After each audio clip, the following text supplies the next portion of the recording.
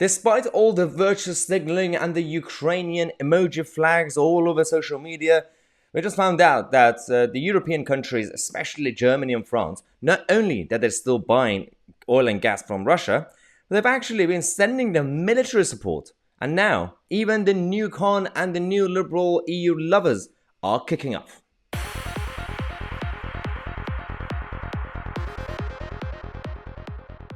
In the words of Nigel Farage, isn't it funny that the EU lovers, especially the Europhiles and the federalists like Germany and France, who've been giving us lectures on how to be morally superior, especially when it comes to Ukraine, they've been loving it. They're like Team Zelensky.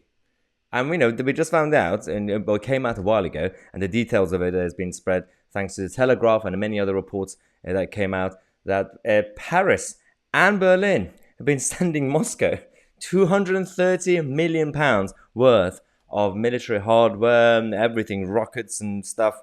And obviously, I say it's likely that it's currently being used against Ukraine. The same group of people and the whole team Zelensky that France and Germany and the EU are allegedly supporting, right? They say, well, no, we love Ukraine. We care about Ukraine.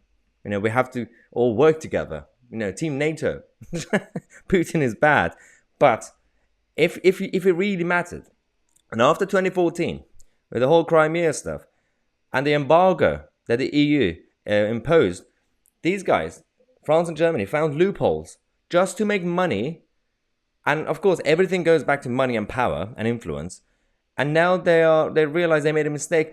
They're not coming out to even apologize. That's a fascinating part of this whole story, because when we found out that Kremlin are still giving France and Germany oil and gas, we found that £840 million every single day France and Germany are sending to Kremlin, because they are so dependent and addicted.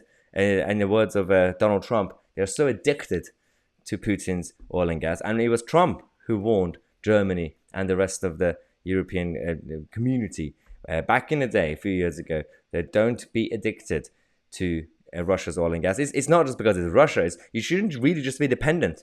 You need to diversify with everything.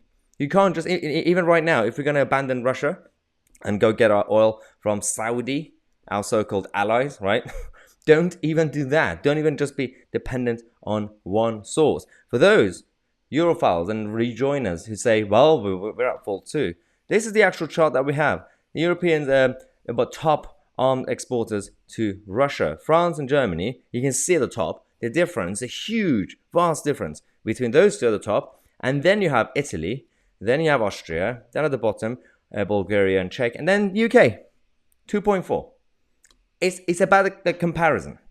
If the new cons and also the EU lovers are going out there and blaming the UK for everything, there are still all the other the NATO allies who've been causing trouble. And it's not just that, because the same idiots who claim to care about the Ukrainian people, these are the same people who, when Ukraine asked the UK to buy weapons for 7 years, and they were repeatedly refused because there were fears that they might provoke Putin.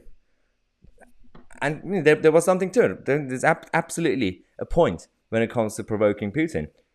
But now, of course, despite the fact that Ukraine were asking and begging, saying we have to do more, now they're coming out. It's called overcorrection and overcompensating.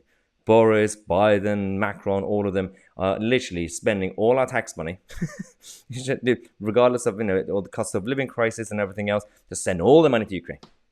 There is a point to it, but the fact that they are spending money like there's no tomorrow, because they can print more money, that explains why. It's overcorrection. They don't want to be accused of being careless when it comes to their Ukrainian allies. Subscribe to the channel and let me know your thoughts in the comment section. I'm my TC and we are the media.